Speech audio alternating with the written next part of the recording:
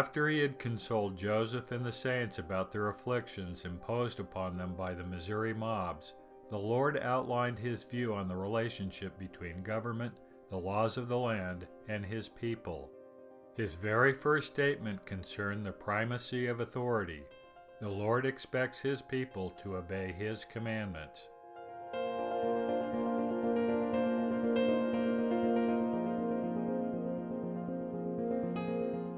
The Lord made no accommodation for the laws of the land. His will is to be observed without reference to any law of man.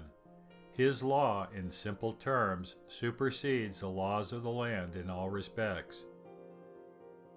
There is no question as to whom the saints are subject, or to whose law they are to honor and sustain. The Savior is their king and lawgiver.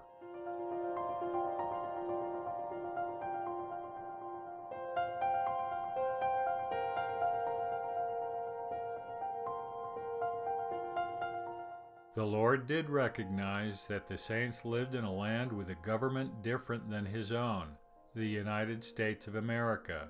He also recognized that the saints were faced with the legal requirements of citizens or immigrants under the constitutional law of the nation.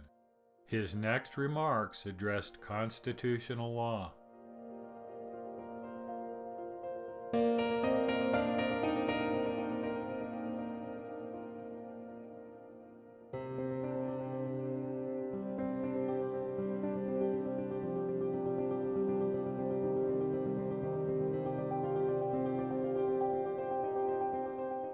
The Lord was not talking about the Constitution of the United States specifically, but of constitutional law generally, that law of the land.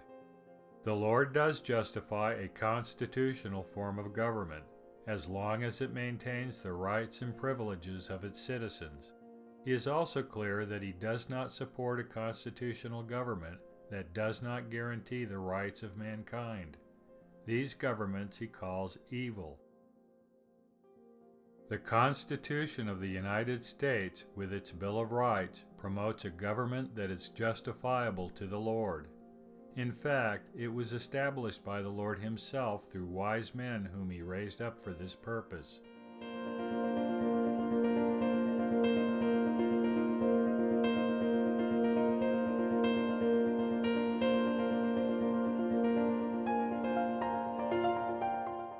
More than anything, while the Constitution itself was important, it was the principles enshrined in the document that were the reason for its establishment.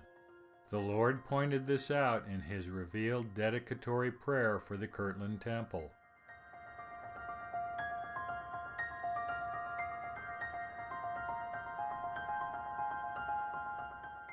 Constitutional governments like that of the United States are to be befriended. Befriending is not synonymous with be subject to as the Church normally defines it. To befriend is to become a friend to help, aid, or support. The Lord specifies what he means by befriending the Constitution. He counsels the saints to choose and uphold good and wise men.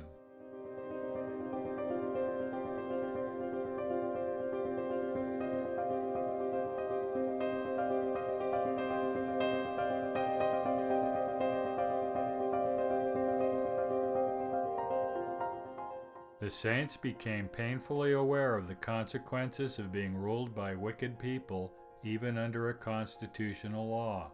Not only did the elected officials of the government not prove helpful to the saints, they took an active role against them. During the so-called Mormon War of 1838, the saints fought a Missouri State militia unit at the Battle of Crooked River. After the battle, the governor of Missouri, Lilburn Boggs, issued the infamous Executive Order 44, called the Extermination Order. The order directed the head of the state militia, General John B. Clark, to forcibly exterminate or drive the saints from the state.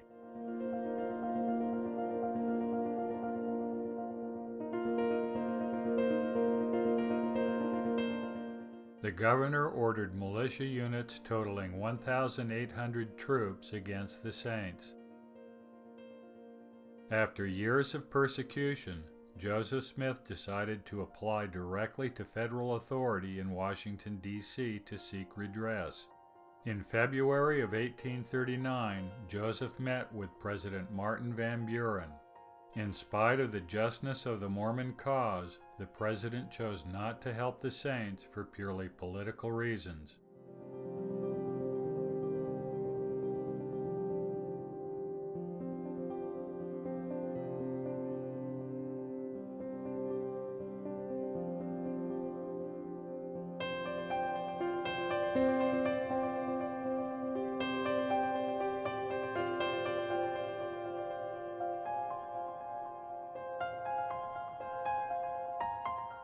While in the capital, the prophet also met with John C. Calhoun, who was a senator from South Carolina at the time.